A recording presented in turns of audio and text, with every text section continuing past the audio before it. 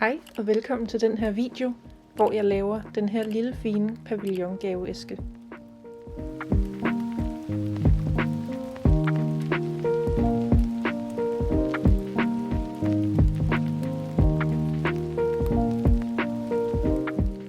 I den her video, der vil jeg vise, hvordan jeg har lavet den her fine lille gaveæske, og så kan du måske selv lave den derhjemme også. Så processen er, at jeg får en idé, jeg laver en konstruktion, jeg tester den, jeg tegner, og så samler jeg den til sidst. Så jeg starter med at få min idé. Der sætter jeg mig egentlig bare ned foran en hvid skærm, og så begynder jeg at tegne alt det, jeg kan komme i tanke om, jeg godt kunne tænke mig at have med i projektet. Så her der tegner jeg den lille pavillon, og jeg vil godt have, at man kan løfte låget eller taget, så man ligesom kommer ind og har den her lille fine gaveæske, som er skjult. Så det her det er min endelige skitse, og så går jeg egentlig bare videre til at lave konstruktionen. Konstruktionen det bliver den mere komplicerede del at lave. Her der finder man de rigtige proportioner, så ens pavillon ender med at se rigtig ud, når den står til sidst. Og her kan I se min meget matematiske måde at regne ud, hvor høj den her pavillon skal være. Når jeg har fået regnet mig frem til nogle sådan cirka-mål på mine forskellige dele af pavillonen, så laver jeg egentlig bare sådan en meget grov model af, hvordan de mål tager sig ud i virkeligheden. Fordi så kan man nemlig vurdere, om man er helt ved siden af, eller om det er okay. Jeg kommer egentlig frem til her med min lille model, at mine mål startede med at være helt skæve. Så der blev lige rettet lidt til, og der blev tilføjet lidt i højden. Så her der noterer jeg, hvor høj den skal være, og så forlænger jeg bare lige min model. Det er ikke særlig vigtigt i den her del af processen, at det ser pænt ud. Det er udelukkende for, at når jeg laver den digitale skabelon, så er målene rigtige. Og vores lidt mere raffinerede prototype om lidt, den bliver så tæt på det endelige resultat som muligt. Så her der er jeg i gang med at digitalisere min skabelon, så jeg kan skære den ud på min skæremaskine. Og det er også her, jeg lige får styr på de sidste detaljer med krummelure på kanterne. Så det her det er mine endelige digitale skabeloner, som jeg så går videre til at lave min test med.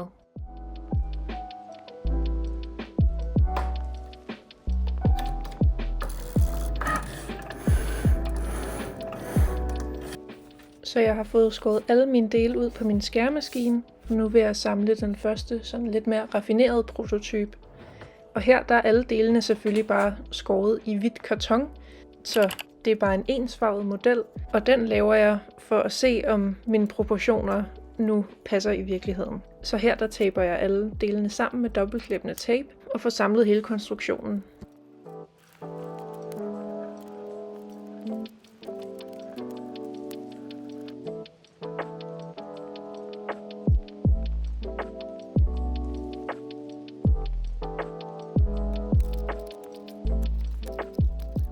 Så her har jeg fået samlet den lille pavillon, og kan se, at der er lige nogle små ting. Der er for eksempel vinduerne, som er blevet lidt for høje, så man ikke kan se rundingen.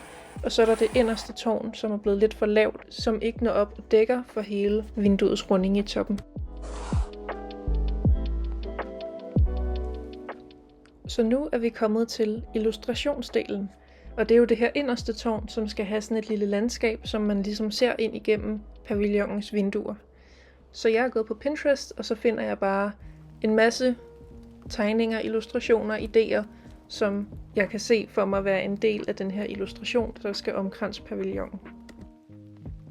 Så det her, det er mine udvalgte referencer, og jeg elsker virkelig de her blomster med farverne, og jeg elsker det her picnic-tæppe, og så de her gæs og det her hus.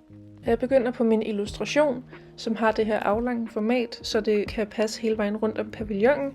Og så begynder jeg ellers bare at tegne på min skitse.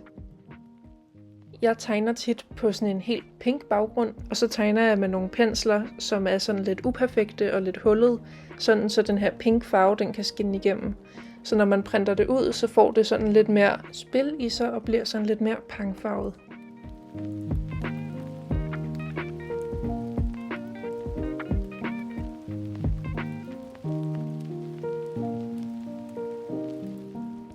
Når jeg vælger farver til mine illustrationer, især når det er digitalt, så prøver jeg altid lige at vælge en nuance mere vild og pop-farvet, end jeg egentlig havde tænkt mig at gå med. Og det gør, at når man printer det, så kommer der lidt mere liv i farverne.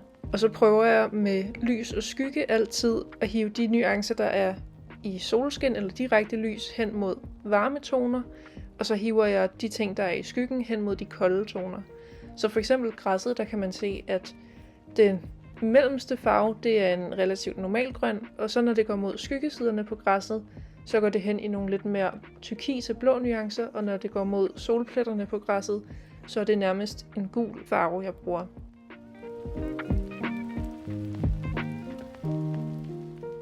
Så med de her sidste detaljer på gæstene, så er illustrationen faktisk ved at være færdig.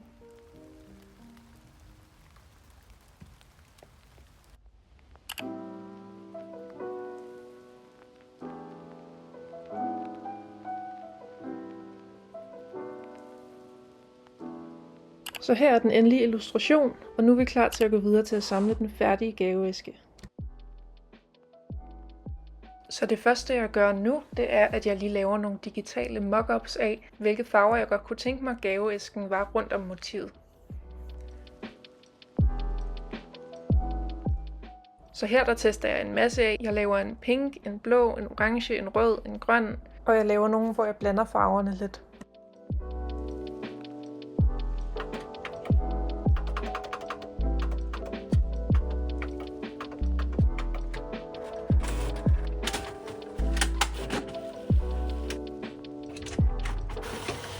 Så nu har jeg fået printet min tegning og alle de paneler, jeg skal bruge i pavillonen, og nu går jeg egentlig videre til at kigge på noget af alt det karton, jeg har, og se om jeg har nogle farver, der matcher de mockups, jeg lavede på computeren før, og hvilke farver jeg bedst kan lide i forhold til illustrationen, når den er blevet printet. Jeg valgte at gå videre med den mørkegrønne, og her der sætter jeg alle delene op, så de kan blive skåret på min skærmaskine i den valgte karton.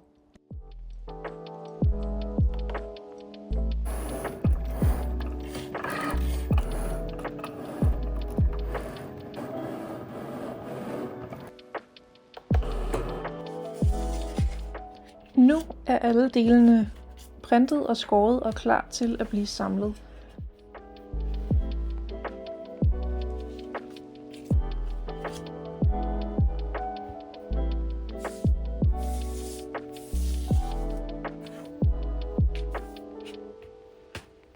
Så nu vil jeg egentlig bare efterlade jer med den her lille proces af at folde og skære det hele ud.